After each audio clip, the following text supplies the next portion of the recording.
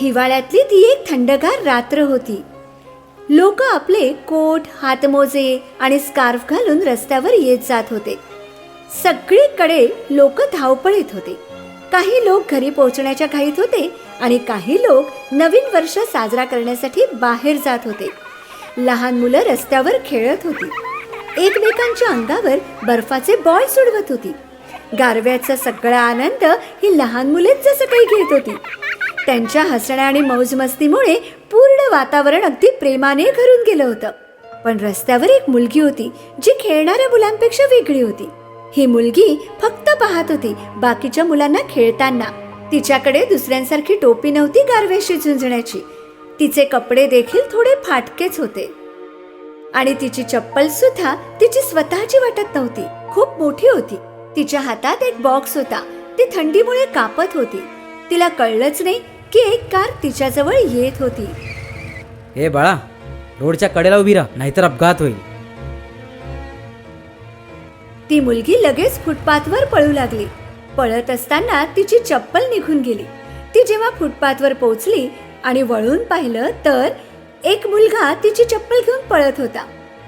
माझी चप्पल, अरे थांब!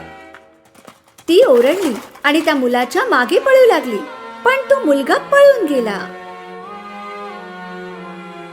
नाईलाजाने ती अनवाणी चालत एका भिंतीजवळ जाऊन उभी राहिली.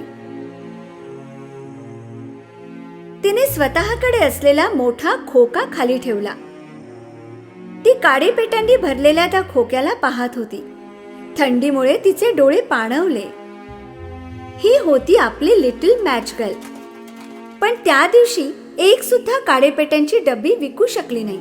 जर ती काही काडेपेटींचे डब्बे विकून थोडे पैसे मिळवू शकली असती तर ती घरी जाऊन आईसोबत गरम गरम जेवू शकली असती. तेव्हा ती जोरजोराने ओरडू लागली स्वतःच्या पातळ, निष्पाप आणि थरथरत्या आवाजात, माचीस, माचीस, कोणी घ्याल का एक डब्बा माचीस? कोणीही तिच्याकडे वळून पाहिलं नाही. ती पुन्हा आपल्या जागी बसून राहिली. तिची बोटे थंडीमुळे दुखू लागली. तिला आता हा त्रास सहन करणं अशक्य झालं. तिला कोठून तरी थोडीशी गरमी हवी होती. तिची बोटे सुन्न झाली होती. मोठ्या परिश्रमाने तिने ती माचीसची काडी पकडली. आपल्या थरथरत्या हाताने तिने माचीसची काडी भिंतीवर घासून पेटवली आणि आगीच्या प्रकाशाने तिला आनंद होऊ लागला. त्या बिचारीने काडी दोन्ही हातात धरली. आता तिच्या बोटांना थोडा आराम मिळू लागला. आगीला पाहून ती स्वप्नात गेली. तिने स्वतःला एका पेटत्या स्टोव्हच्या जवळ पाहिले. ती एका मोठ्या स्टोव्हच्या समोर एका छानशा घरात बसली होती. तिने एक गरम स्वेटर, मखमली बूट आणि डोक्यावर गरम टोपी घातली होती. एवढी गरमी होती तिथे की तिला घाम फुटू लागला. पण अचानक माचीसची काडी विझली. काडी विझताच तिचे स्वप्न सुद्धा अदृश्य झाले. तिची बोटे पुन्हा थंडीने दुखू लागली. मग तिने दुसरी काडी पेटवली. त्याच वेळी थंडगार वारा वाहू लागला. त्या मुलीने भिंतीच्या मदतीने ती काडी विझू नये याचा प्रयत्न केला आणि तिने ज्वाळेला हाताची सावली देखील दिली. ती जेव्हा त्या पेटत्या काडीकडे पाहत होती, अचानक ती भिंत अदृश्य झाली आणि त्या ठिकाणी एक मोठं घर दिसू लागलं. एका पांढऱ्या रंगाच्या कपड्याने झाकलेल्या टेबलावर वेगवेगळ्या खाण्याचे पदार्थ ठेवले होते. त्या संपूर्ण घरामध्ये दिवसासारखा उजेड दिसत होता. ती टेबलाकडे पाहू लागली. तिने पाहिले की टेबलाच्या मधोमध एक मोठा छानसा भाजलेला मटणाचा तुकडा ठेवला होता.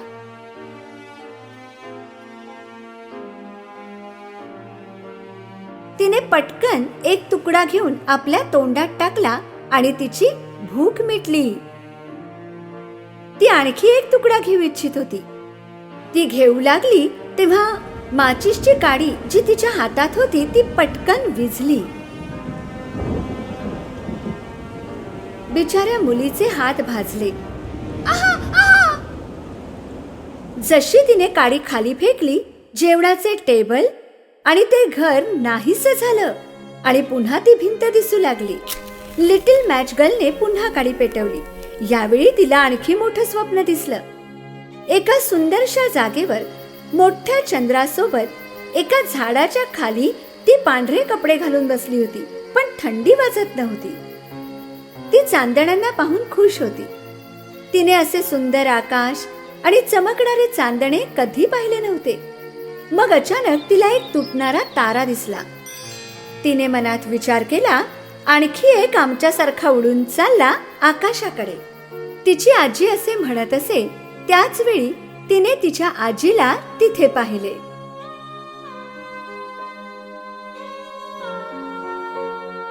जेव्हा कधी कुठला तारा तुटतो तेव्हा त्याची जागा दुसरा कोणीतरी घेतो. एवढे बोलून तिची आजी तिथून अदृश्य झाली. लिटिल मॅच गर्लने आजीला हाक मारली. आजी थांब, नको जाऊ, प्लीज नको जाऊस, मला तुझी फार आठवण येते ग. आपल्या आजीला पुन्हा एकदा पाहण्यासाठी तिने माचीसची काडी पेटवली. ती विसरली की ती थंडीने कापत होती आणि ती पुन्हा स्वप्न पाहू लागली. प्रत्येक वेळी जेव्हा ती माचीसची काडी पेटवत होती तिला वाटत होते की ती तिच्या आजीला पाहत होती आणि तिचा आवाज ऐकत होती. तिने आणखी एक काडी पेटवली. तिच्याजवळ दिवसासारखा प्रकाश दिसू लागला. तिला तिची आजी फार सुंदर दिसत होती. तिच्या आजीच्या प्रेमळ चेहऱ्याकडे पाहून ती आपला त्रास आणि थकवा दोन्ही विसरली. हे क्षण कधीही संपू नयेत म्हणून तिने शेवटची काडी सुद्धा पेटवली. तिची आजी पुन्हा तिच्या समोर आली. तिने तिचा हात आपल्या हातात घेतला आणि त्या दोघी आकाशाकडे उडू लागल्या एकत्र. लिटिल मॅच गर्लचे मन शांत झाले होते. आता तिला ना थंडी वाजत होती ना भूक लागली होती. त्याच वेळी आकाशात आणखी एक तारा तुटला. सकाळी लोक त्या रस्त्यावरून जात होते. त्यांनी लिटिल मॅच गर्लला भिंतीच्या सहाय्याने बसलेले पाहिले. तिचे डोळे झाकलेले होते, पण चेहऱ्यावर एक गोड हसू दिसत होते. तिच्या अवतीभोवती पुष्कळ माचीसच्या काड्या पडलेल्या होत्या. त्या काड्या ज्यांनी पेटून तिच्या स्वप्नांना खरं केलं होतं. असं स्वप्न जे कोणीही पाहू शकलं नसतं.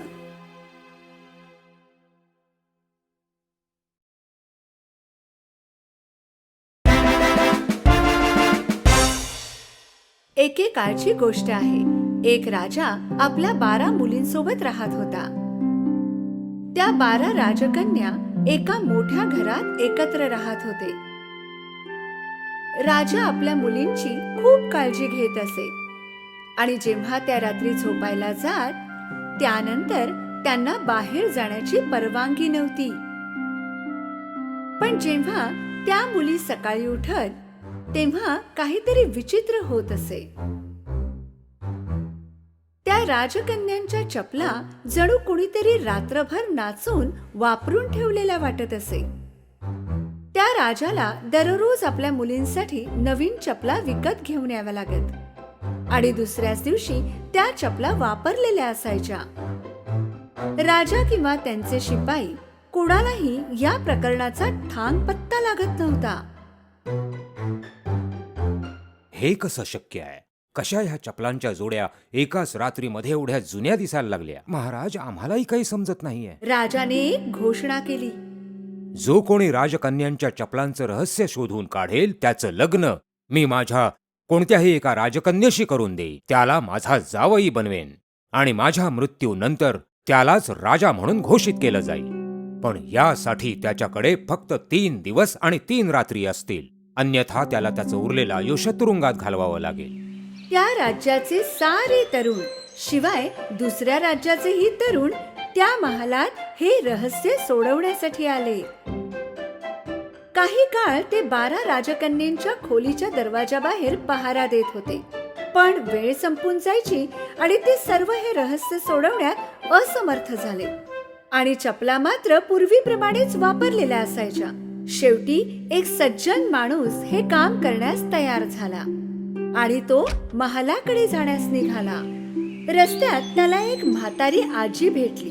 ती फार गरीब दिसत होती. माझ्या बाळा, मी फार उपाशी आहे. तू मला खाण्यासाठी एखादा पावाचा तुकडा देऊ शकशील?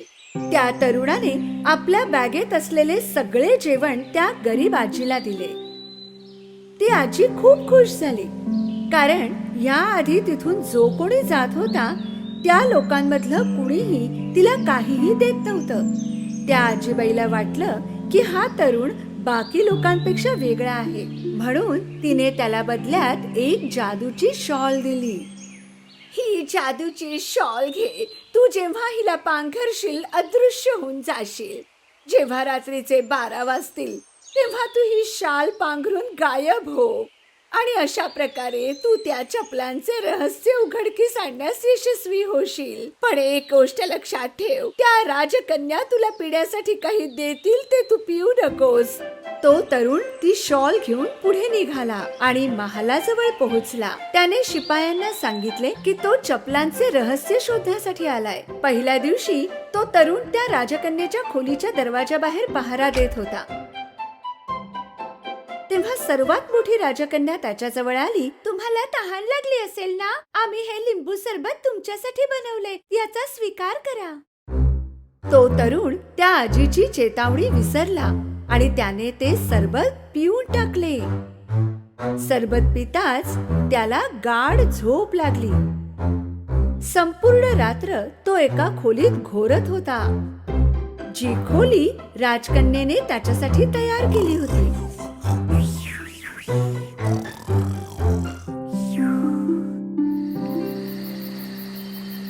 पहाट झाली आणि तो तरुण दचकून उठला. मला तर जादूची शाल पांघरून राजकुमारीच्या खोलीत जायचं होतं. दुसऱ्या रात्री पुन्हा तो दरवाजाच्या बाहेर वाट पाहत उभा होता. यावेळी दुसरी राजकन्या सरबत घेऊन बाहेर आली. त्या तरुणाला पुष्कळ तहान लागली होती आणि तो रात्र होण्याची वाट पाहत होता. काहीही विचार न करता त्याने ते सरबत पिऊन टाकले. आणि पुन्हा एकदा तो गाढ झोपी गेला. सकाळी उठल्यावर त्याला आजीबाईची गोष्ट आठवली. पण एक गोष्ट लक्षात ठेव, त्या राजकन्या तुला पिण्यासाठी काही देतील ते तू पिऊ नकोस. नक्कीच राजकुमारीने सरबतामध्ये झोपेचं औषध टाकलं असणार. त्याच क्षणी महाराज तिथे पोहोचले. 2 दिवस उलटून गेले तरी तू अजून रहस्य शोधलं नाही. जर आज रात्रीपर्यंत तू ते शोधू शकला नाहीस तर तुझं उरलेलं आयुष्य तू तुरुंगात घालव. महाराजांनी एवढे बोलून तिथून प्रस्थान केले. त्या तरुणाला आज कुठल्याही परिस्थितीत ते रहस्य शोधायचं होतं. त्या रात्री शेवटच्या वेळी तो तरुण त्या राजकन्येच्या खोलीबाहेर पहारा देत होता. त्यावेळी सर्वात धाकटी राजकुमारी संत्र्याचे सरबत घेऊन बाहेर आली. पण यावेळी तरुण फारच सतर्क होता. जशी ती राजकुमारी आत गेली, त्या तरुणाने पूर्ण सरबत एका कुंडीत फेकून दिले. मध्यरात्र झाली. त्या तरुणाने जादूची शाल पांघरली आणि तो गायब झाला. त्याने हळूच दार उघडले आणि आज जे पाहिले ते पाहून तो आश्चर्यचकित झाला. सर्व राजकन्यांनी सुंदर सुंदर गाऊन घातले होते. त्या अतिशय सुंदर नटल्या होत्या. चला जरा पाहून येऊ, तो तरुण झोपला की नाही. एका राजकन्येने दरवाजा उघडून बाहेर पाहिले आणि दुसरीने भिंतीला कान लावून ऐकण्याचे प्रयत्न केले. तितक्यात तरुणाच्या लक्षात आले की त्याला घोरण्याचे आवाज काढायला हवे.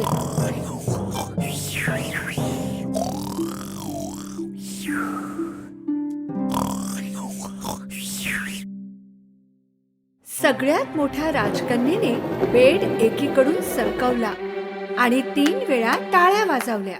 बेडच्या दुसऱ्या कोपऱ्यामधून एक गुप्त मार्ग दिसू लागला. त्या तरुणाला आपल्या डोळ्यावर विश्वास बसत नव्हता. एक एक करून सर्व राजकन्या त्या गुप्त मार्गाने खाली जाऊ लागल्या आणि तो तरुण देखील त्यांचा पाठलाग करू लागला. हा गुप्त मार्ग शिड्यांपर्यंत जात होता, जिथे 100 शिड्या खालच्या बाजूला जात होत्या. त्या राजकन्या जेव्हा खाली उतरत होत्या तेव्हा त्या तरुणाचा पाय एका राजकन्येच्या स्कर्टवर पडला. आह, कुणीतरी माझ्या स्कर्टवर पाय ठेवला. अगं वेडी, तू स्वतःच शील. शिड्या उतरून त्या जंगलात पोहोचल्या. त्या राजकन्या उंच झाडींच्या मधून चालत होत्या, ज्यांच्या पांढऱ्या फांद्या होत्या. तरुणाने त्यातली एक फांदी तोडली आणि त्यांचा पाठलाग केला.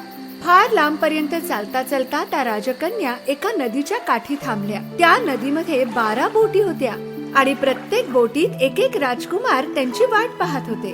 त्या राजकन्या बोटीत जाऊन बसल्या आणि तो तरुण देखील शेवटच्या एका बोटीत बसला. बोट आज थोडी भारी वाटते ना, जणू आणखी सुद्धा कोणी बसला असावा. विचित्र आहे. स्वप्न बघणं बंद कर. नदी पार करून ते सगळे एका विशाल चमकदार महालात पोहोचले आणि त्यांना आतून संगीताचा आवाज ऐकू येत होता. त्या तरुणाने खिडकीतून आत डोकावले. त्याने पाहिले की आत काही लोक नाचत होती. त्या सर्व राजकन्या महालात प्रवेश करताच नाचू लागल्या. त्या नाचता नाचता थकल्या, पण तरी सुद्धा थांबत नव्हत्या आणि म्हणूनच त्यांच्या चपला वापरलेल्या असायच्या. तरुणाने स्वतःची भूक मिटवण्यासाठी टेबलवर ठेवलेला केकचा एक तुकडा उचलून खाल्ला.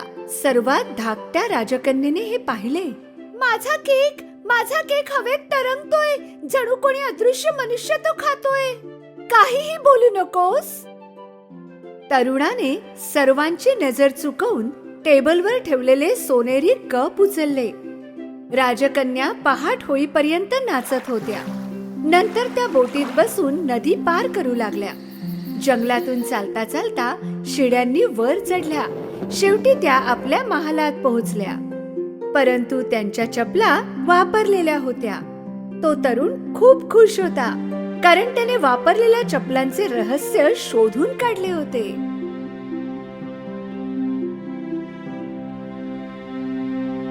काही वेळानंतर महाराज त्या तरुणाकडे जाऊन उभे राहिले. तुला दिलेली वेळ संपलीये. तू चपलांचं रहस्य शोधू शकलायस का? होय महाराज, मी शोधलंय. आणि मग तरुणाने राजाला संपूर्ण हकीकत सांगितली. राजाला आधी त्याच्या बोलण्यावर विश्वास नाही बसला, पण जेव्हा तरुणाने राजाला पांढरी फांदी आणि सोनेरी कप दाखवला तेव्हा त्यांची खात्री पटली. आणि मग राजाने आपले वचन पूर्ण करण्यासाठी तरुणाला स्वतःच्या पसंतीची राजकन्या निवडण्याची परवानगी दिली. तरुणाने सर्वात धाकट्या राजकन्येशी विवाह करण्याची इच्छा प्रकट केली. त्या 12 राजकन्या थोड्या दुखी होत्या, कारण त्यांचे रहस्य आता सगळ्यांना कळले होते. पण तो तरुण आणि छोटी राजकन्या विवाहबद्ध होऊन आनंदाने आपले जीवन व्यतीत करू लागले.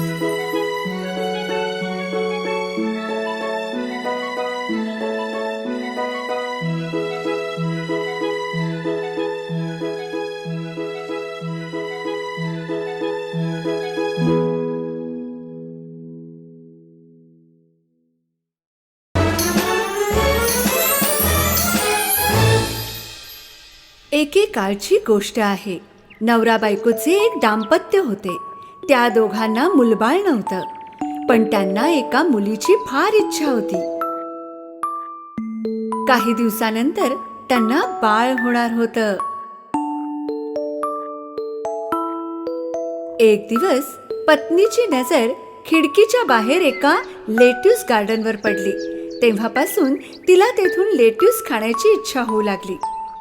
कोण जाणे की ते लेट्यूस मी कधी खाऊ शकेन. तिची भूक कमी होऊ लागली आणि तब्येत बिघडत गेली. तिच्या पतीला तिची फार काळजी वाटू लागली आणि म्हणून एक दिवस त्याने तिला वचन दिले की तो तिच्यासाठी मुठ्ठीभर लेट्यूस घेऊन येईल. तू काळजी करू नकोस, मी आणेन तुझ्यासाठी लेट्यूस, नक्की. पण तुम्हाला माहित आहे ना, ती खूप भयंकर आहे. ते घर एका चेटकिणीचे होते आणि त्याच्या चारी बाजूला उंच उंच भिंती होत्या, ज्यावर कोणी चढायचा विचार सुद्धा करू शकत नव्हता. पती पूर्ण जोर लावून त्या उंच भिंतीवर चढला. गार्डन मध्ये जाऊन त्याने मुठ्ठीभर लेट्यूस तोडले आणि घरी घेऊन आला.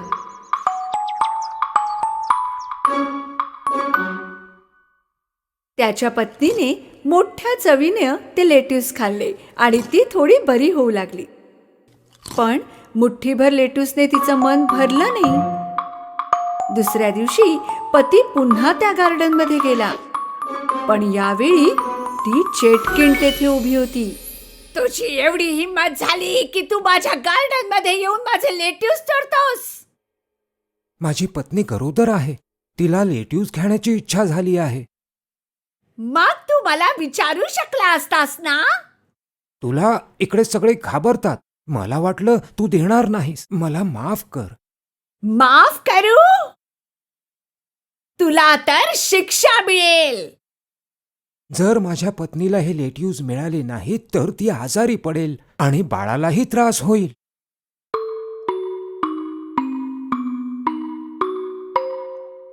मग आपण एक सौदा करू. तुला हवे तेवढे लेट्यूस घेऊन जा, पण एका अटीवर. तुझ्या बाळाचा जन्म होताच तू ते मला सोपवशील. भीतीने पतीने होकार दिला. काही दिवसानंतर त्या दोघांना एक मुलगी झाली आणि चेटकीण येऊन त्या मुलीला घेऊन गेली.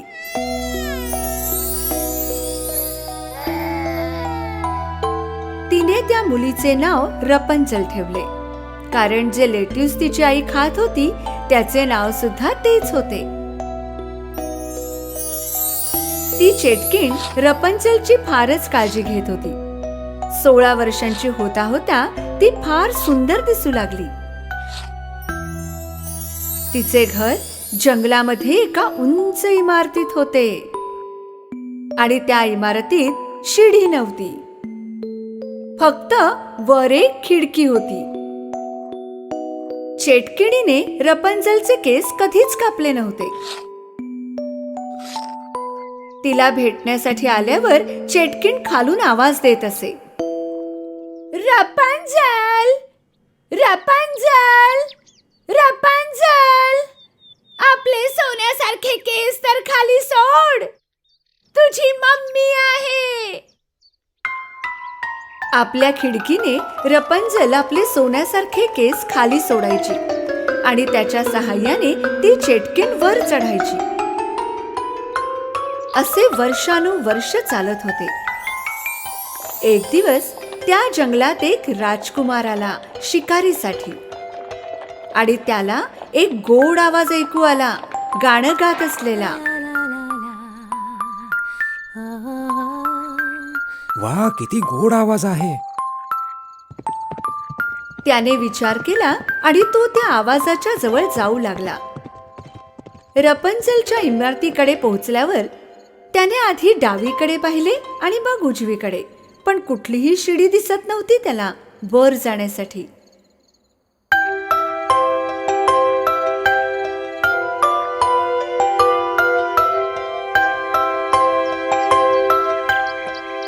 तो आवाज राजकुमारला दररोज तेथे खेचत होता, पण वर चढणे कधीच शक्य नाही झाले.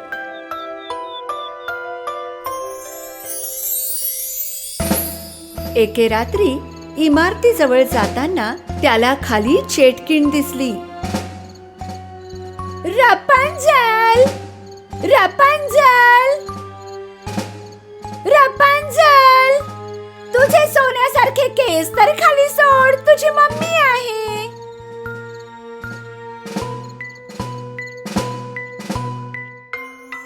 आपल्या खिडकीमधून रपंचलने आपले सोन्यासारखे केस खाली सोडले आणि त्याच्या सहाय्याने ती चेटकीण वर चढली. दुसऱ्या दिवशी सूर्य मावळताच राजकुमार तेथे गेला आणि आवाज बदलून हाका मारू लागला. रपंचल, रपंचल, तुझे सोन्यासारखे केस जरा खाली सोड. मी तुझी आई आहे.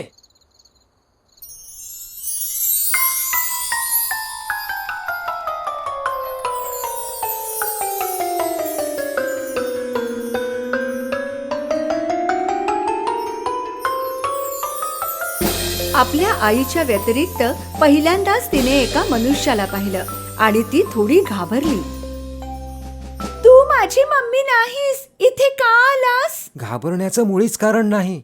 मी तुझं गाणं ऐकलं आणि मला तुझा आवाज खूप आवडला. बस फक्त तुला पाहायचं होतं. आवाजासारखीच तूही सुंदर आहेस. रपंझलला राजकुमारचे बोलणे आवडू लागले आणि तिची भीती सुद्धा गायब झाली. काही काळ सगळे सुरळीत चालत होते आणि चेटकिणीला या सगळ्याची कल्पना देखील नव्हती. एक दिवस राजकुमारने रपंझलला लग्नासाठी विचारलं. रपंझलने आनंदित होऊन होकार दिला.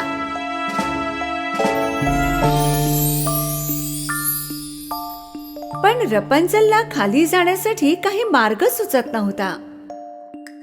अचानक तिला एक युक्ती सुचली.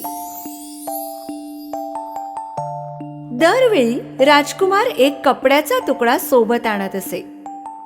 रपंझल त्या कपड्यांना जोडून एक रश्शी बनवू लागली.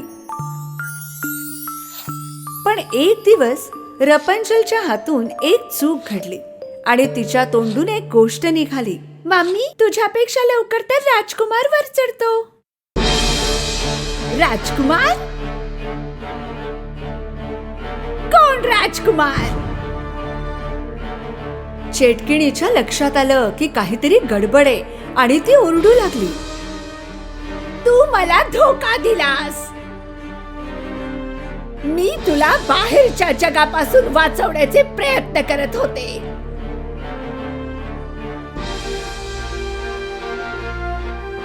चेटकिणीने रागाच्या भरात रपंझलचे सोनेरी केस कापून टाकले.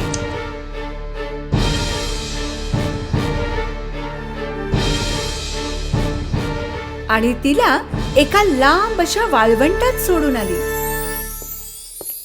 त्या रात्री चेटकिण राजकुमारची घरी वाट पाहू लागली. थोड्याच वेळात राजकुमारचा आवाज आला. रपंझल, रपंझल, तुझे सोनेरी केस खाली सोड. मी आहे प्रिन्स. चेटकिणीने रपंझलचे कापलेले केस खाली सोडले. वर कोण आहे हा विचार न करता राजकुमार वर चढू लागला. तिथे रपंझल नव्हती, पण चेटकिण होती. त्याला कळून चुकलं की काहीतरी वाईट घडलंय. चेटकिण त्याच्या जवळ येऊ लागली. इतक्यात राजकुमार भीतीने खाली पडला.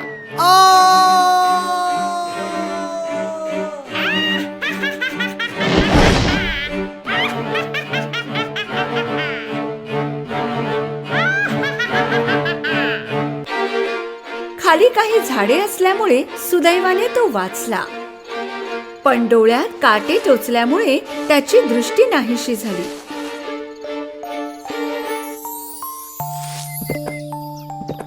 दृष्टी नसून सुद्धा तो राजकुमार जंगलात रपंझलला शोधू लागला. रस्त्यात त्याला फळे मिळाली, ती त्याने तोडून खाल्ली. चालत चालत तो एवढ्या लांब आला की तो वाळवंटात येऊन पोहोचला.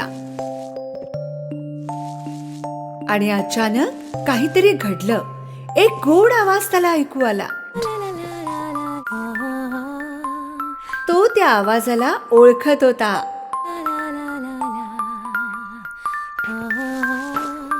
तो त्या आवाजाजवळ जाऊ लागला, हाका मारता मारता.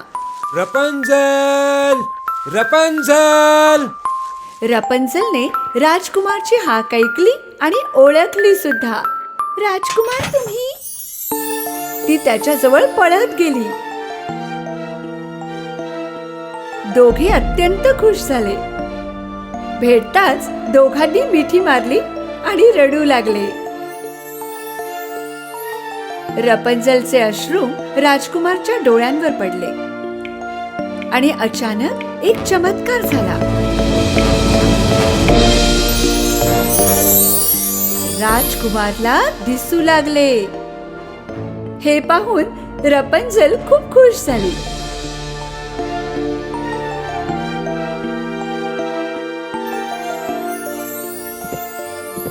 दोघे एकत्र राजकुमारच्या महालात गेले. तेथे लोकांनी त्यांचे स्वागत केले.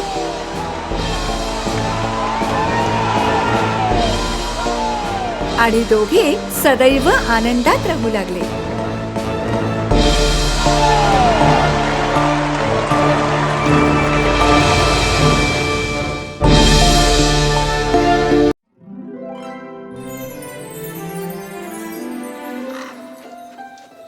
खूप वर्षांपूर्वी एक राज्य होतं. सगळीकडे आनंदी आनंद होता. या राज्याच्या राजा आणि राणीची फक्त एकच इच्छा होती की त्यांना एखादं मूल व्हावं.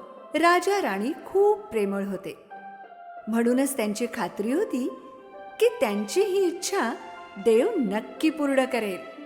आणि लवकरच एक दिवस त्यांची ही इच्छा पूर्ण झाली. त्यांच्या आयुष्यात एक सुंदर मुलगी आली. तिच्या चेहऱ्यावर जणू सूर्याचं तेज होतं, म्हणून त्यांनी तिचं नाव ठेवलं राजकुमारी ऑरोरा, म्हणजे उज्ज्वला. आपला आनंद सगळ्यांबरोबर साजरा करण्यासाठी त्यांनी एक पार्टी ठेवली. पार्टीमध्ये सगळ्यांना आमंत्रण दिलं गेलं. सोनेरी जंगलात राहणाऱ्या परींना देखील. राजा आणि राणीकडून एकच चूक झाली. एका परीला बोलवायला ते विसरले. संपूर्ण राज्यातून लोक आले. आजूबाजूच्या राज्यातील राजा राणी देखील येऊन ऑरोराला आशीर्वाद आणि भेटवस्तू देऊन गेले. आणि मग वेळ आली 12 पर्यांची. त्यांनी ऑरोराला खूप अनन्य अशा भेटवस्तू दिल्या. आपल्या जादूच्या छडीने तिच्या सर्व इच्छा पूर्ण होण्याची भेट दिली. शेवटी फक्त 3 पर्या उरल्या. जगातील सर्व आनंद तुला नेहमी मिळो. तू नेहमी आनंदी राहशील. दुःख तुझ्या जवळपास सुद्धा येणार नाही.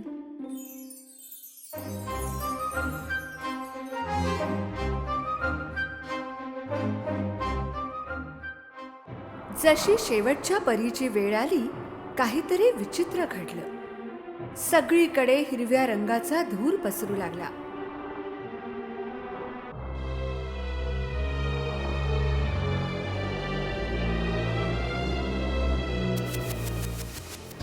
आणि त्या धुरातून प्रकट झाली एक काळी परी. राजाने विचारलं, ही कोण आहे जिने कार्यक्रम थांबवला? तिन्ही परींनी सांगितलं की ही निष्ठुर हृदयाची काळी परी आहे. महाराज, तुम्ही तर सगळ्यांना बोलवलं होतं पार्टीला. या राज्यातील प्रत्येक व्यक्तीला, बाहेरील तुमच्या मित्रांना आणि या परींना देखील, पण मला नाही बोलवलं. राजाने काळ्या परीची माफी मागितली. हरकत नाही, मी आलेच आहे, तर राजकुमारीला भेटवस्तू दिल्याशिवाय कशी बरं जाईल?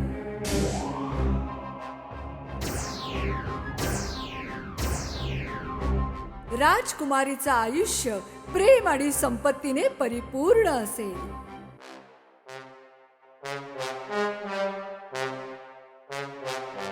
पण तिच्या 16व्या वाढदिवशी सूर्य अस्ताला जाण्यापूर्वी हिला एक सुई टोचेल आणि हिचा मृत्यू होईल. पकडा हिला आणि कारागृहात टाका. राजा रागाने ओरडला, पण काळी परी हसत हसत अदृश्य झाली.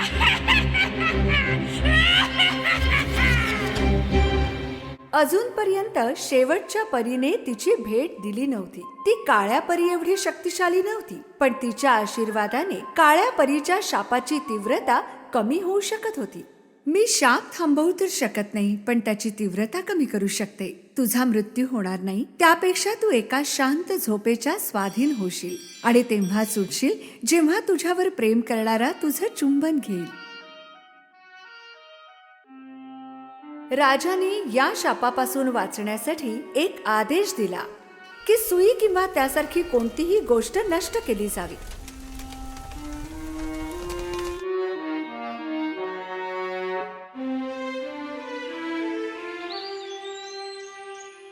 पर्यांच्या आशीर्वादाने राजकुमारी अरोरा खूप सुंदर रूपात मोठी होत होती.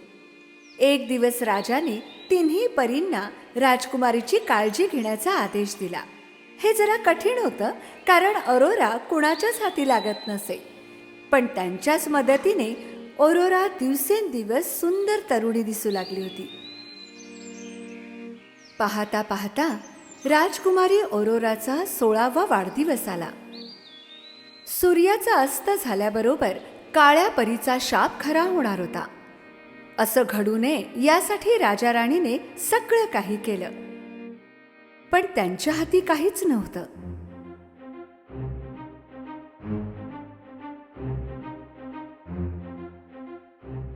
त्यांनी राजकुमारीला एका खोलीत बंद करून ठेवलं, तिच्या भल्यासाठी.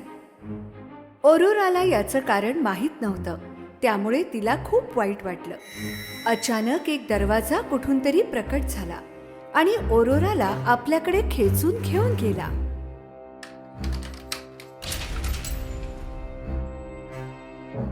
दरवाजा उघडला आणि ती तिच्या धुंदीत त्याच्या आत जात राहिली आणि तिला एक बाई शिवत असलेली दिसली. त्याच धुंदीत अरोराने सुईकडे आपला हात नेला. सूर्य अस्त झाल्याबरोबर काळ्या परीचा शाप खरा झाला आणि अरोराचा हात सुईला टोचला गेला. अरोरा बेशुद्ध होऊन पडली, एका शांत झोपेच्या स्वाधीन झाली.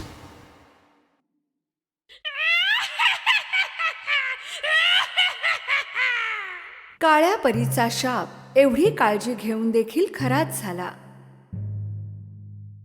तिला सुंदर कपडे घालून फुलांच्या गादीवर झोपवलं गेलं.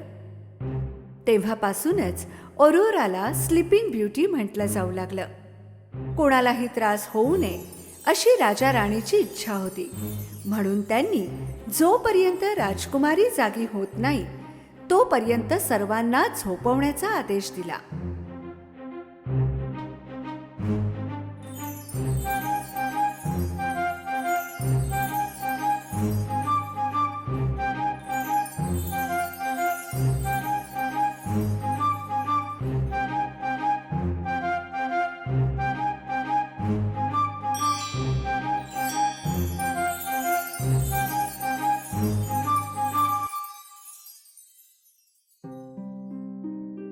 शंभर वर्ष झाली.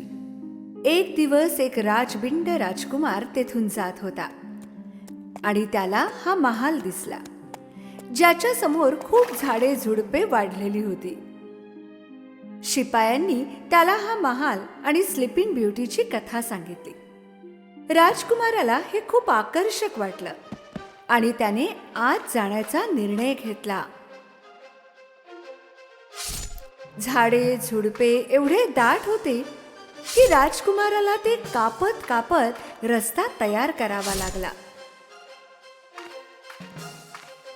शेवटी जेव्हा राजकुमार दरवाजाजवळ पोहोचला, त्याला 2 शिपाई झोपलेले दिसले.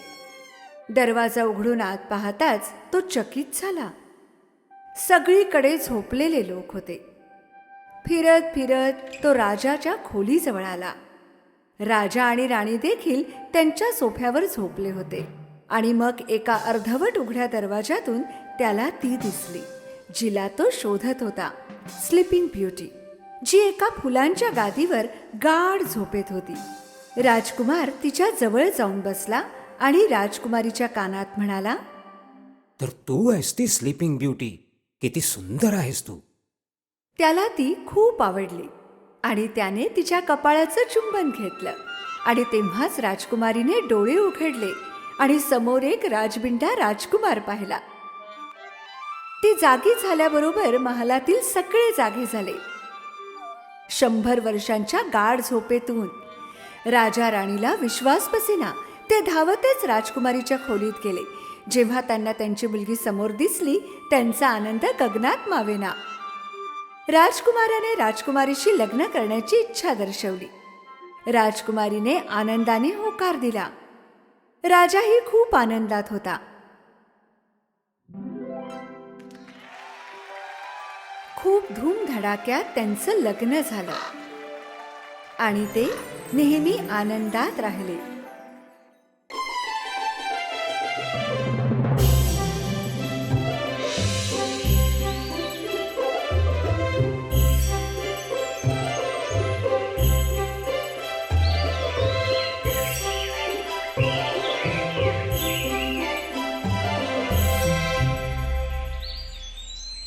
एकेकाळची गोष्ट आहे.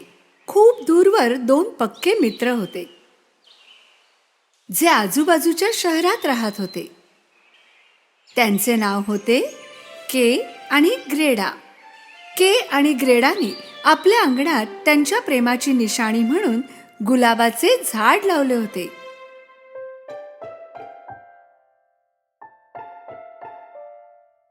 हे गुलाबही त्यांच्या सोबतच मोठे होतील. थंडीचे दिवस होते आणि सगळीकडे बर्फच बर्फ पडत होता. आणि त्याच सोबत आता वेळ आली होती ग्रेडाच्या आजीकडून मजेदार गोष्टी ऐकण्याची. ही थंडी आणि हा बर्फ येतो तरी कुठून? खूप दूरवरून, आजीने उत्तर दिलं आणि गोष्ट सांगायला सुरुवात केली. एक देश होता, बर्फच बर्फ सगळीकडे. त्यांची राणी तिच्या बर्फाच्या महालात एकटीच राहत होती, जो तिने स्वतःच बनवला होता. ही स्नो क्वीन खूप सुंदर होती आणि स्वच्छही, अगदी बर्फासारखी. पण स्नो क्वीन मनाने दुष्ट होती आणि तिने त्या बर्फाच्या महालात अनेक गुपितं लपवून ठेवली होती. तिचा बर्फाचा आरसा देखील एक जादूचा आरसा होता. यामध्ये ती जगात कुठे काय चालले आहे सगळं पाहू शकत होती.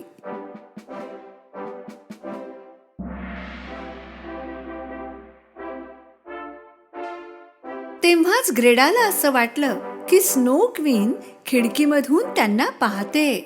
के आजी, ती पहा, स्नो क्वीन खिडकीमध्ये. अगं, एखादं थंडीमुळे कुडकुडणारं मांजर असेल. आजी, ती स्नो क्वीन इथे येऊ शकते का? येऊ दे, मी तिला पटकन चिमणीमध्ये टाकून देईन. वितळून पाणी होऊन जाईल त्या वॉटर क्वीनचं. आपल्या बर्फाच्या आरशात स्नो क्वीनने पाहिलं की के काय बोलत होता. तर तू मला चिमणीमध्ये टाकणार आणि वॉटर क्वीन बनवणार काय? माझ्या बर्फाच्या कणांनो, जा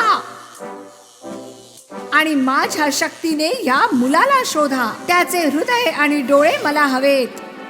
त्याच्या नजरेत वाईटपणा भरा आणि त्याच्या हृदयातून प्रेम हद्दपार करा.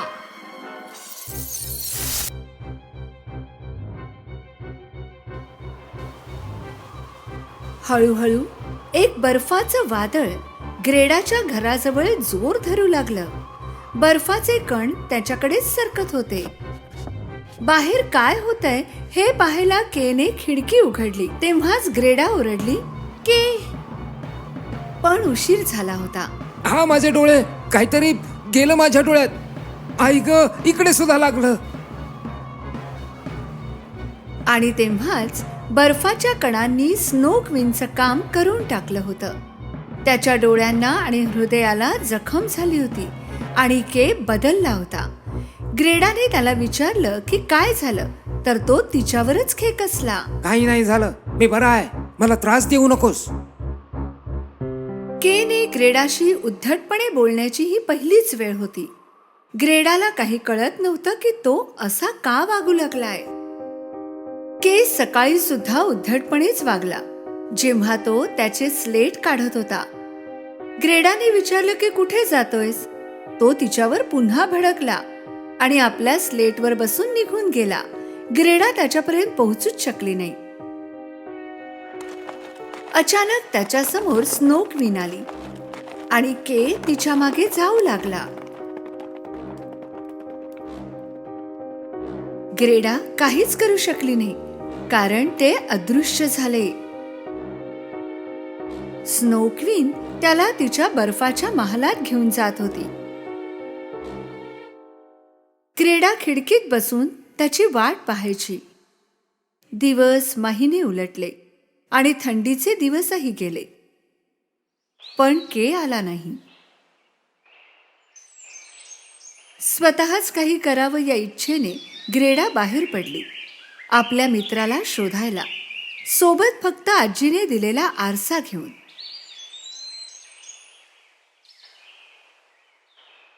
बहादूर ग्रेडा रस्त्यात प्रत्येकाला विचारत होती की कोणी केला पाहिलं आहे का. फिरत फिरत ती नदीजवळ पोहोचली. जवळपास तिला कोणीच दिसलं नाही जे तिला केबद्दल सांगू शकेल. तिने नदीलाही विचारलं, पण काही उत्तर आलं नाही. इतक्यात एक डोम कावळा तिच्याजवळ आला आणि म्हणाला, नदीकडे आहे उत्तर तुझ्या प्रश्नाचा, पण आधी तिला गिफ्ट द्यावं लागेल. ग्रेडाने तिचा आवडता नेकलेस काढून नदीला देऊन टाकला. तेव्हाच एक जादू झाली आणि एक बोट प्रकट झाली. ग्रेडाला वाटलं की नदीला तिची भेट पसंत पडलीये आणि ही परत फेड आहे. ती चढल्याबरोबर बोट चालू झाली. बोट किनाऱ्यावर जाऊन थांबली. तिथे एक गुप्त बाग होती ज्यात फुलंच फुलं होती रंगीबिरंगी. इतकी सुंदर बाग तिने यापूर्वी कधीच पाहिली नव्हती. पण काहीतरी गडबड होती. या फुलांना सुगंध नव्हता.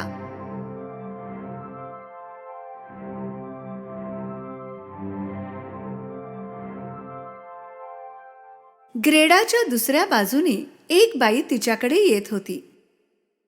ही बागेची मालकीण होती. कशी आहेस बाळा? हसत तिने विचारलं. आणि अचानक तिला जाणीव झाली की तिच्या बागेतील फुलांना पुन्हा सुगंध येतोय. मला क्षमा करा, मी तुमच्या परवानगीशिवाय इथे आले. काही हरकत नाही बाळा, बरं झालं तू आलीस. कित्येक वर्ष झाले कुणीच आलं नाही माझ्या बागेत. तू एकटीच इथे काय करतेस? ग्रेडा बागेच्या मालकिणीला म्हणाली की ती तिच्या मित्राला केला शोधते.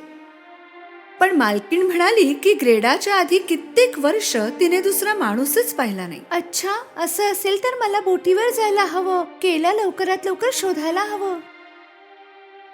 बागेच्या मालकिणीला असं वाटत नव्हतं की ग्रेडाने जावं, म्हणून ती खोटं बोलली. काय नाव म्हणालीस? कदाचित पाहिलं असावं कुठेतरी. ग्रेडाने तिला सगळं सांगितलं आणि जेव्हा बागेच्या मालकिणीने स्नो क्वीनचं नाव ऐकलं ती भडकली. Snow queen? तिचं नाव सुद्धा घेऊ नकोस. तिच्यामुळे माझ्या फुलांचा सुगंध नाहीसा झाला होता. मग अचानक तिला इच्छा झाली ग्रेडाची वेणी घालायची. ग्रेडाला काही कळेना की का, पण त्यांनी हट्टच केला. ग्रेडाला हे माहित नव्हतं की तो जादूचा कंगवा होता. या कंगव्यामुळे ग्रेडा सगळं काही विसरली. फक्त आनंद आठवत होता. बागेची मालकीण वाईट नव्हती. तिने असं चांगल्या हेतूने केलं होतं. जेव्हा ती झोपेतून उठली, ग्रेडाला काहीच आठवत नव्हतं. ती इथे कशी आली, का आली, काहीच नाही. मग तिला 2 गुलाब दिसले बागेच्या मालकिणीच्या टोपीवर आणि काहीतरी आठवू लागलं. प्रेमापुढे कशाची जादू चालेल? तिला माहित नव्हतं की ती किती वेळ तिथे झोपली होती. पण तिच्या आवडत्या आठवणी परत आल्या होत्या. ती परत नदीजवळ गेली. बोट तर तेथेच होती, पण कुठे जायचं हे माहित नव्हतं. तेव्हाच एक कावळा तिच्याकडे आला.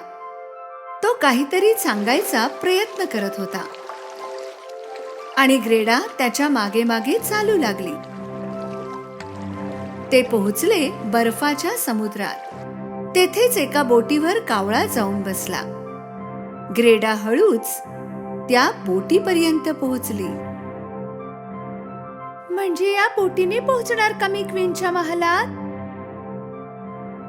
अचानक काही पायरेट्स तेथे आले आणि त्यांच्यापैकी एक पायरेट मुलगी ग्रेडाशी बोलली.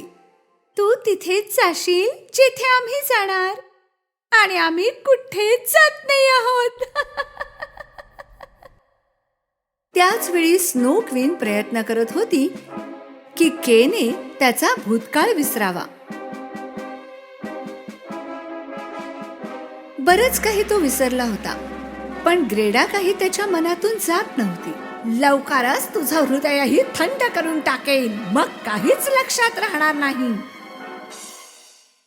पायरेटला जेव्हा ग्रेडाकडून ग्रेडा आणि केची कहाणी कळली ती म्हणाली की त्याला विसरून जा, कारण त्याचं बाहेर येणं अशक्य आहे. माझा खास मित्र आहे के, मी शोधूनच काढेन.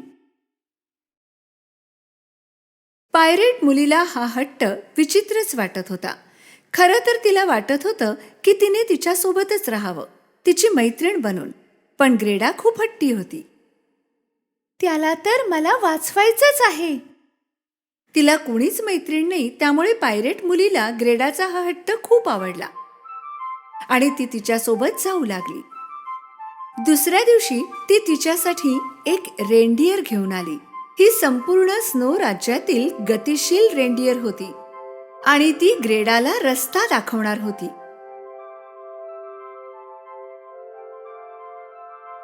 वचन दे की तू त्या स्नो क्वीनला पकडशील आणि माझ्या बोटीलाही वाचवशील. वचन देते, मी परत नक्की येईन.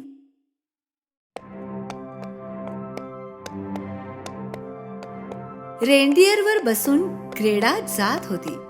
तिला आधी जाणून घ्यायचं होतं की स्नो क्वीनला हरवायचं कसं, आणि रेनडियर सुद्धा सांगणार होती. खूप चालल्यावर ते उत्तर टोकाला पोहोचले. तेथे त्यांना एक म्हातारा माणूस भेटला. म्हणजे तू तो आरसा घेऊन आलीसच, हो ना? ग्रेडाला काहीच समजलं नाही आणि त्यांना आरशाबद्दल कसं माहीत. पण तिला हे माहीत होतं की ती योग्य जागी आली आहे. तिने त्यांना तो आरसा दाखवला. म्हणजे मी स्नो क्वीनला यानेच हरवणार. हा तर जादूचा आरसा आहे. यामध्ये सत्य दिसतं, फक्त सत्य. मग ते सत्य भले कुठेही लपलेलं का असेना, हा ते दाखवतो. प्रेमापेक्षा जास्त शक्तिशाली काहीच नसतं. त्यामुळे खरी शक्ती तर तुम्हा सर्वांच्यात आहेच, प्रेमाची शक्ती. त्यांच्यामुळे गेरेडाला माहीत झालं की स्नो क्वीन कोण होती. जर त्याने खरं दाखवलं तर ती तिला हरवू देखील शकते, कारण आधी स्नो क्वीन सुद्धा एक चांगली मुलगी होती, प्रेमाने ओतप्रोत भरलेली. जेथेही ती हात लावायची फुले फुलायची आणि तिच्या हास्यात सूर्याची चमक होती. ती एक खूप आनंदी मुलगी होती. तिचं नाव होतं लायला. पण सगळ्यांना वाटायचं की ती जादूगरीण आहे, म्हणून तिच्यासोबत कुणीच खेळत किंवा बोलत नसे. एकटेपणाने तिचा आनंद हिरावून घेतला. तिला तिच्या आजूबाजूच्या सगळ्या माणसांचा द्वेष वाटू लागला आणि एक दिवस तिने एक इच्छा व्यक्त केली. जो मला त्रास देईल त्याचा बर्फ बनेल. आणि मग तिने एक बर्फाचा महाल बनवला. सगळ्यांपासून दूर, एकटा, आनंदापासूनही दूर. ग्रेडा बर्फाच्या महालात पोहोचली आणि तेथे तिला दिसला के, बर्फाची मूर्ती बनवत असलेला. तू सापडलास शेवटी के. तू मला विसरलास. मी ग्रेडा. केने ग्रेडाकडे पाहिलं पण ओळखलं नाही. इथे असलेल्या प्रत्येक वस्तूप्रमाणे त्याचं हृदय देखील बर्फाचं बनलंय. ग्रेडाने तिच्या बोलण्याकडे दुर्लक्ष केलं. सोड याला, आता हा माझा आहे. मी तुला सुद्धा बर्फाचं बनवून टाकेन. नाही करणार तू असं काही. के, आय लव्ह यू. त्याला आठवलं. ग्रेडा, हो मला आठवलं. रागाने स्नो क्वीनने तिची जादूची छडी फिरवली जोरात आणि त्यातून निघाला एक भयंकर बर्फाचा खंजीर. तेव्हाच ग्रेडाने तिचा आरसा काढला आणि तो खंजीर त्यावर आपटून अदृश्य झाला. स्नो क्वीनने ग्रेडाच्या आरशात पाहिलं आणि तिला काहीतरी विचित्र वाटलं, कारण त्यात तिला दिसला लायलाचा चेहरा. अचानक स्नो क्वीन तिच्या गोड रूपात बदलली. ती लायला बनली. धन्यवाद. मला माहितीये की मी कोण आहे. मी पुन्हा स्वतंत्र झाले. Bye bye. के आणि ग्रेडा एकमेकांकडे पाहून हसले. आता ते नेहमी सोबत राहणार होते, एकत्र मोठे होणार. त्या 2 गुलाबांसारखे जे त्यांच्या अंगणात आहेत.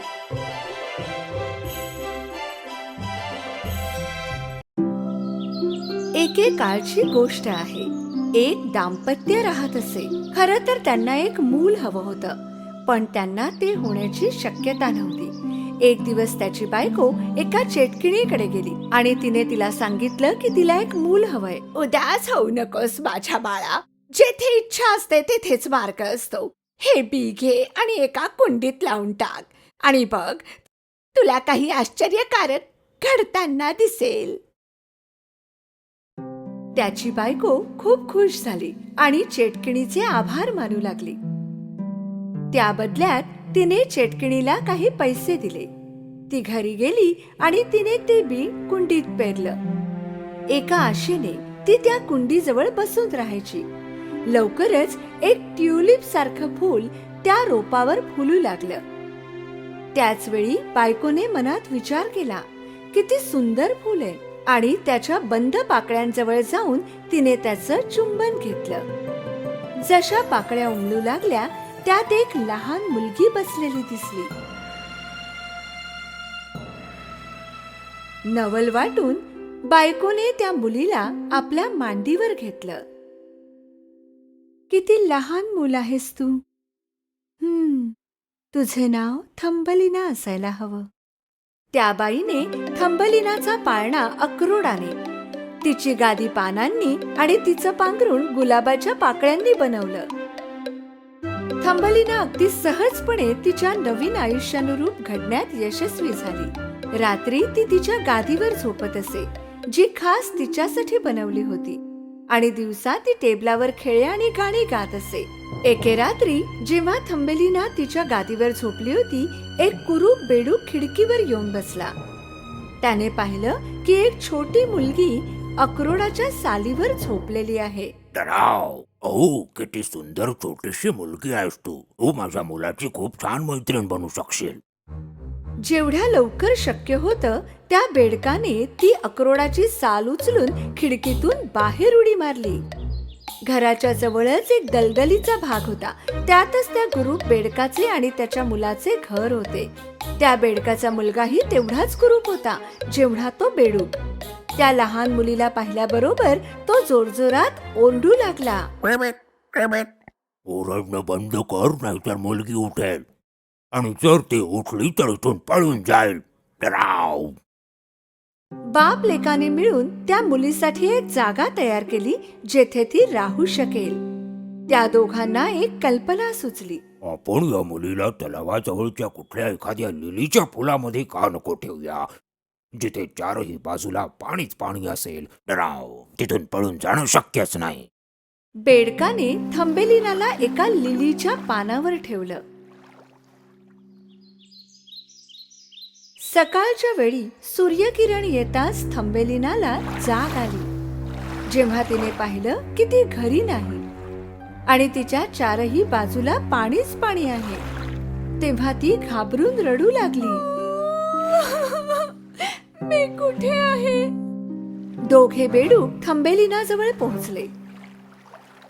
हा तुझा नवीन मित्र आहे. मी तुझ्यासाठी नवीन घर बनवतो आहे. ते चिखलाच्या खूप आत असेल. डराव. दोघेही थंबेलिनाचा पाळणा घेऊन पोहत तेथून निघून गेले, तिला तेथेच पानावर सोडून. त्याच वेळी तेथे काही लाल मासोळ्या पोहत पोहोचल्या आणि त्यांनी त्या कुरूप बेडकांचे बोलणे ऐकले.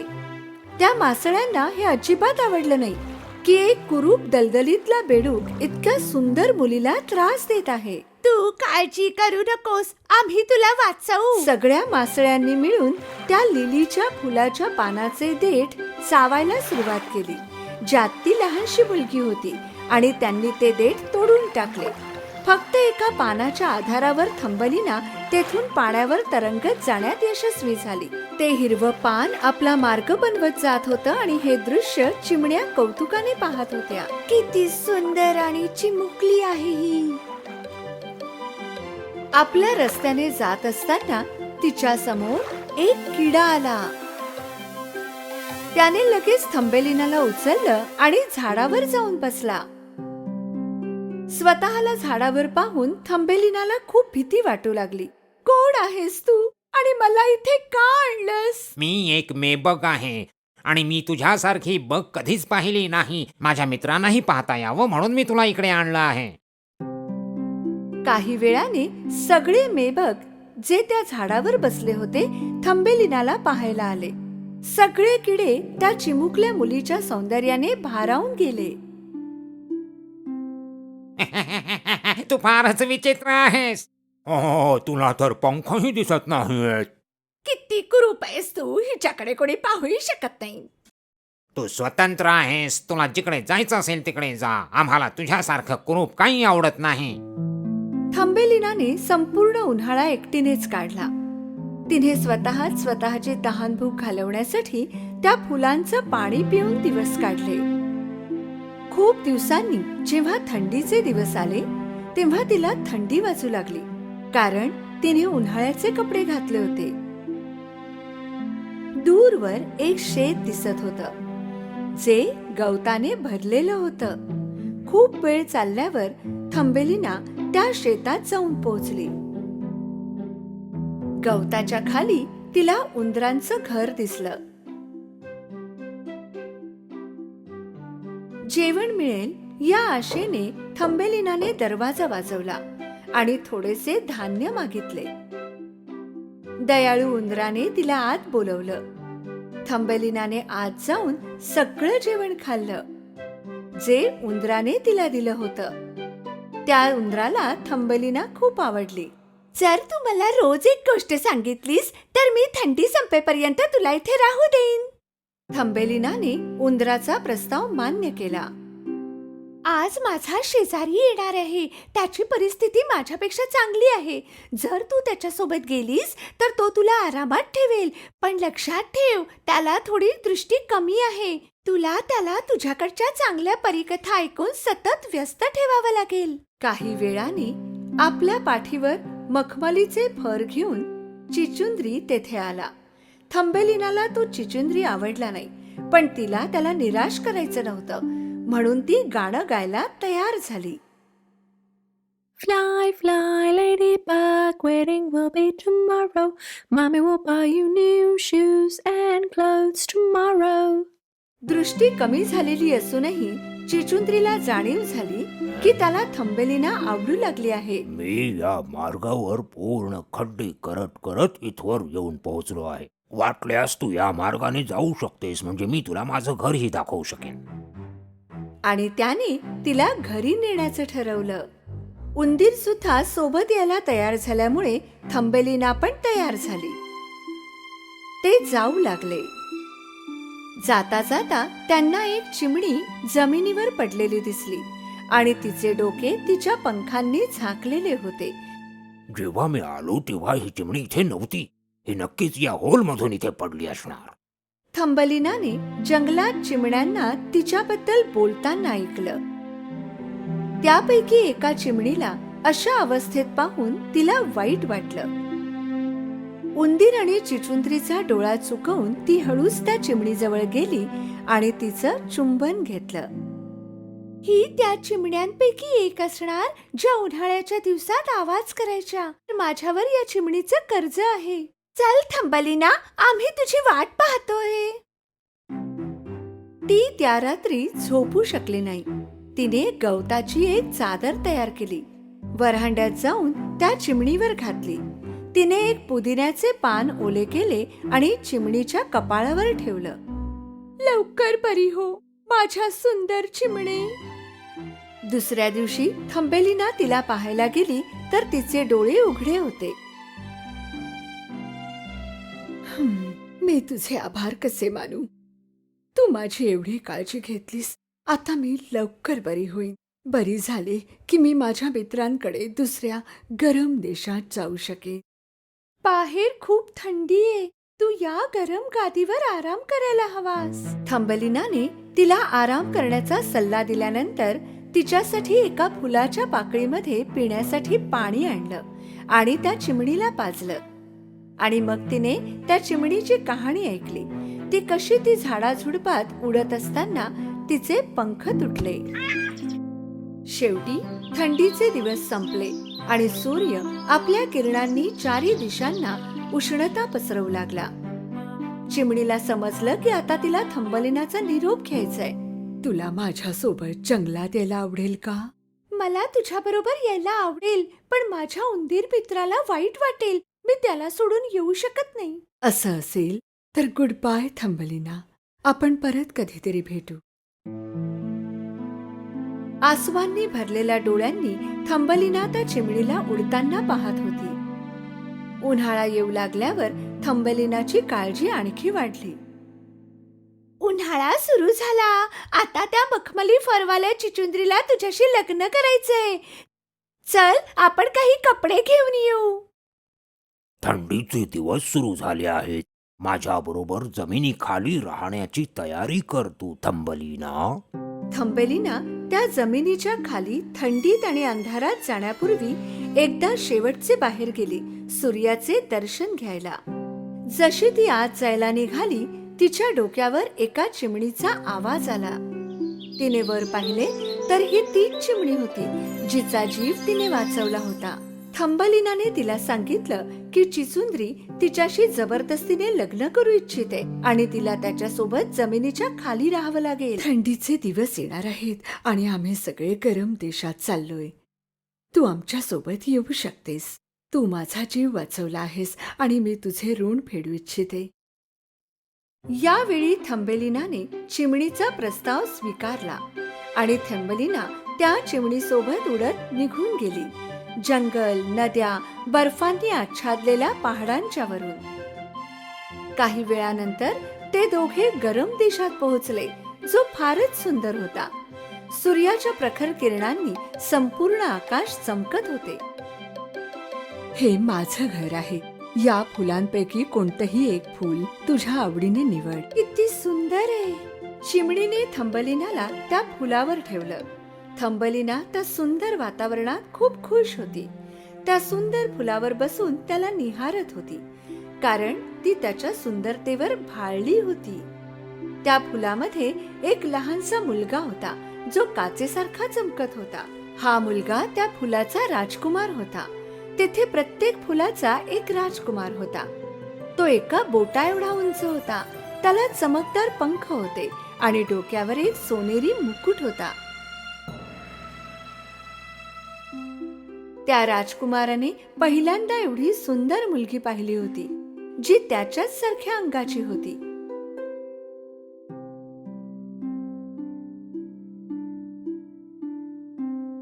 तुझं नाव काय आहे सुंदर मुली?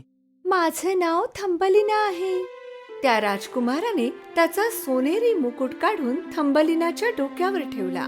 थंबलिना, जर तू माझ्याशी लग्न केलंस तर तू ह्या समस्त फुलांची राणी बनशील. एवढा त्रास सहन केल्यानंतर एवढ्या सुंदर ठिकाणी असल्या कारणाने थंबलिनाने आनंदाने राजकुमाराला होकार दिला. त्या राजकुमाराने थंबलिनाचा हात पकडला आणि त्याचवेळी थंबलिनाच्या खांद्यामागे 2 पंख आले. थंबलिना आता एक परी बनली होती. ते दोघे आनंदाने आपले जीवन जगू लागले.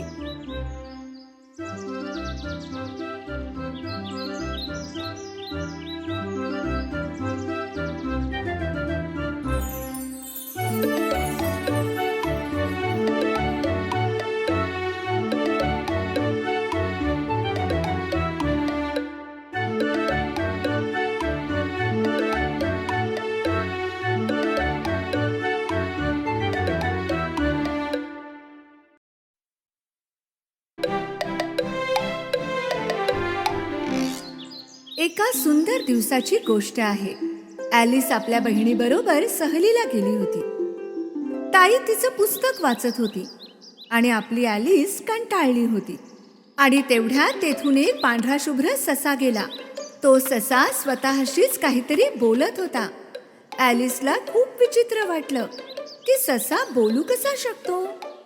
सस्याने खिशातून एक घड्याळ काढलं आणि म्हणाला, हो, किती उशीर झालाय मला. ॲलिस हे सगळं आश्चर्याने पाहत होती. तिला आणखी उत्सुकता वाटली म्हणून ती त्याच्या मागे जाऊ लागली. सशाने एका झाडाच्या छिद्रात उडी मारली. पाठोपाठ ॲलिसने सुद्धा उडी मारली. ती आत पडतच चालली होती, जशी काही एखादी खोल विहीर होती ती. खाली, आणखी खाली.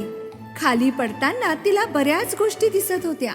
सामान, खाण्याचे पदार्थ, बरंच काही. तिचं जणू विश्वच फिरत होतं. शेवटी ती एका खड्ड्यात जाऊन पडली. उडताच तिच्या समोर एक वरांडा होता, लांबच लांब. आणि ती चालू लागली. तिला अनेक दरवाजे दिसले जे बंद होते. अचानक ससा अदृश्य झाला. आता तिला काळजी वाटू लागली की ती बाहेर कशी जाणार.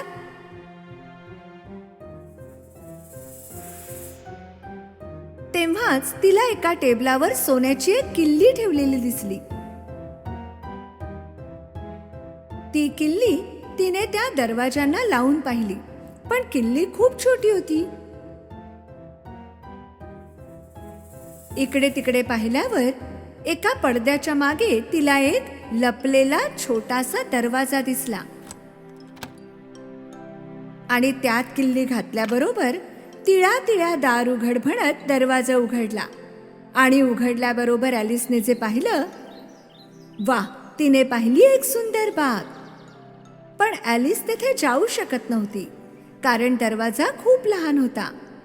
ती जेव्हा पुन्हा आत आली तेव्हा टेबलावर एक बाटली ठेवलेली होती, ज्यावर लिहिलं होतं, मला पी.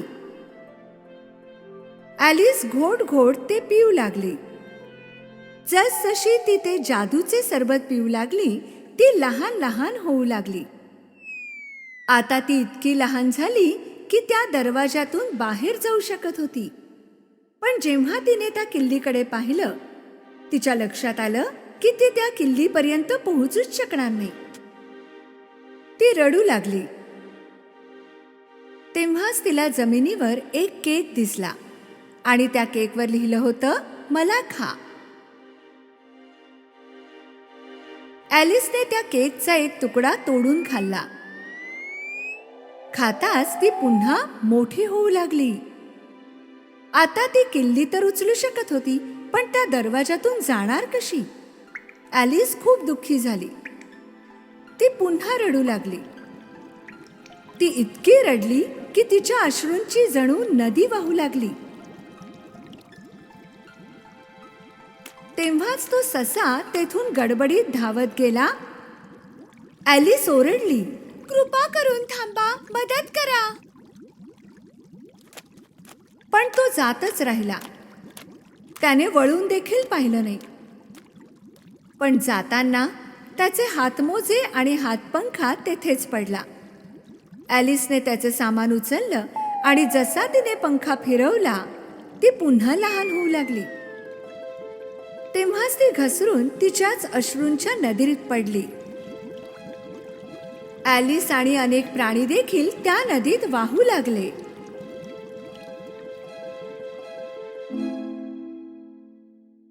जेव्हा ते बाहेर पडले, सगळे भिजले होते. ॲलिसला पुन्हा तो ससा दिसला. सशाला वाटलं की ॲलिस त्याची मोलकरीण आहे. त्याने तिला त्याच्या घरी जाऊन त्याचे हातमोजे आणि हातपंखा आणायला सांगितला. ॲलिस जंगलात सशाच्या घरी गेली. आत जाताच तिला हातमोजे आणि हातपंखा सापडला. टेबलावर एक बाटलीही होती. त्याच्याजवळ पोहोचली तेव्हा तिने विचार केला, हे प्यायलं तर कदाचित मी नॉर्मल होईन. तिने बाटली उघडून जादूचे सरबत पिऊन टाकलं.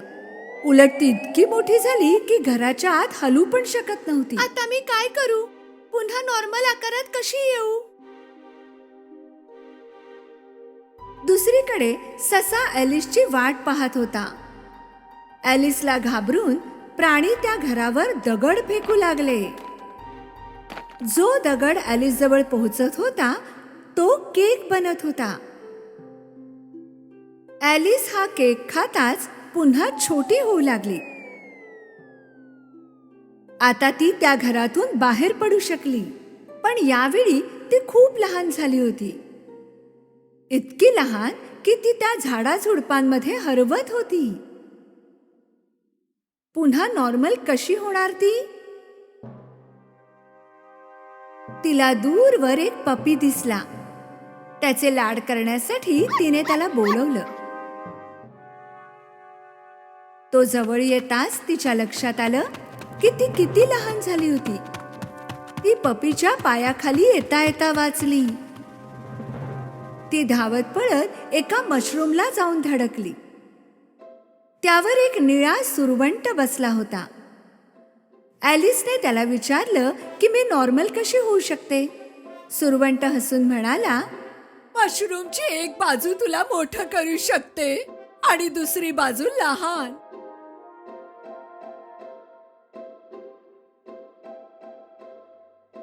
ॲलिसने एक छोटा मशरूमचा तुकडा खाल्ला. आता ती इतकी मोठी झाली की तिला तिचे पाय सुद्धा दिसत नव्हते. म्हणून नॉर्मल होण्यासाठी तिने दुसऱ्या बाजूचे मशरूम खाल्ले. दोन्ही बाजूंनी थोडे थोडे खाऊन शेवटी ती तिच्या नॉर्मल आकारात आली. दोन्ही बाजूंचा एक एक तुकडा तिने आपल्या हातात ठेवला. पुढे जाताच तिला एक छोटंसं घर दिसलं. पण त्याच्या आत जाण्याकरता तिला पुन्हा लहान व्हावं लागणार होतं. मशरूमचा तुकडा खाऊन ती लहान झाली. घरात ॲलिस किचनमध्ये पोहोचली. तेथे डचेस तिच्या मुलाबरोबर उभी होती. आणि तेथेच एक मोठा बोका सुद्धा होता जो ॲलिसवर हसत होता. ॲलिसने पहिल्यांदा एक हसणारा बोका पाहिला. तुमचा बोका हसत का आहे? कारण हा चेशीर कॅट आहे, डचेस म्हणाली.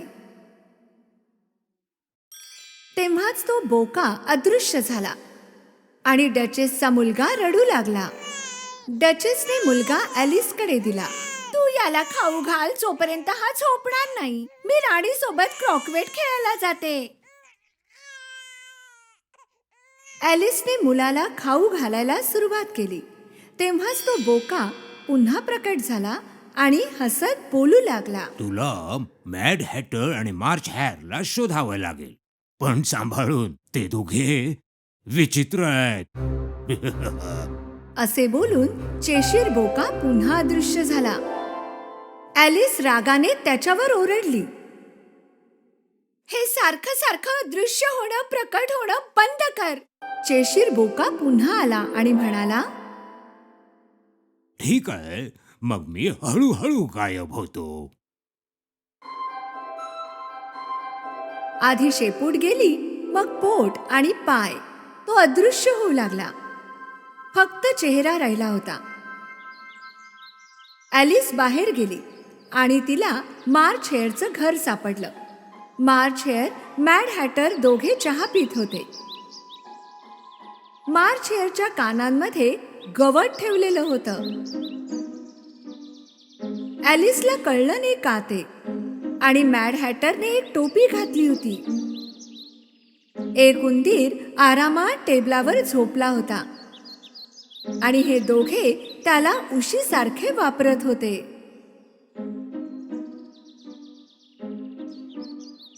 ॲलिस येताच दोघे ओरडले की जागा नाहीये.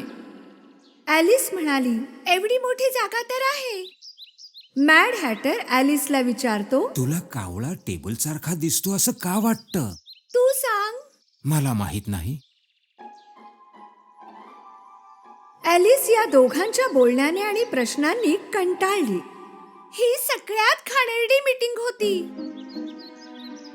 ती म्हणाली. ॲलिसला एक दरवाजा दिसला एका झाडाच्या फांदीमध्ये. आत येताच तिला एक सोनेरी किल्ली दिसली.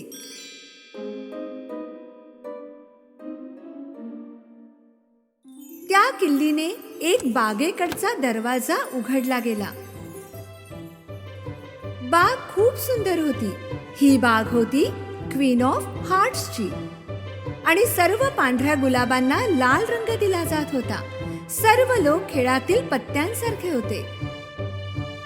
ॲलिसने विचारले, का रंग देताय? सगळ्या पांढऱ्या गुलाबांना लाल?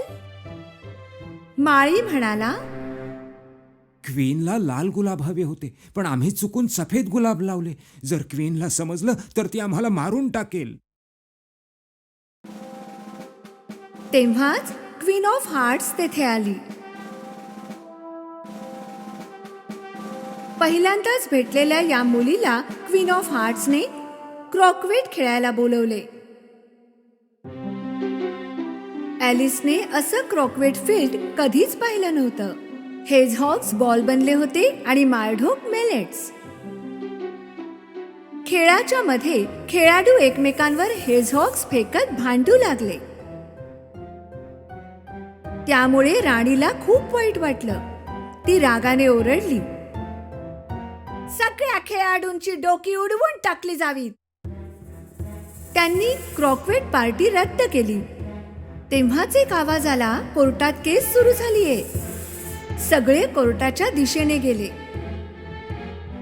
राणीच्या किचनमधून पाय चोरणाऱ्या जॅक ऑफ हार्टवर गुन्हा दाखल झाला.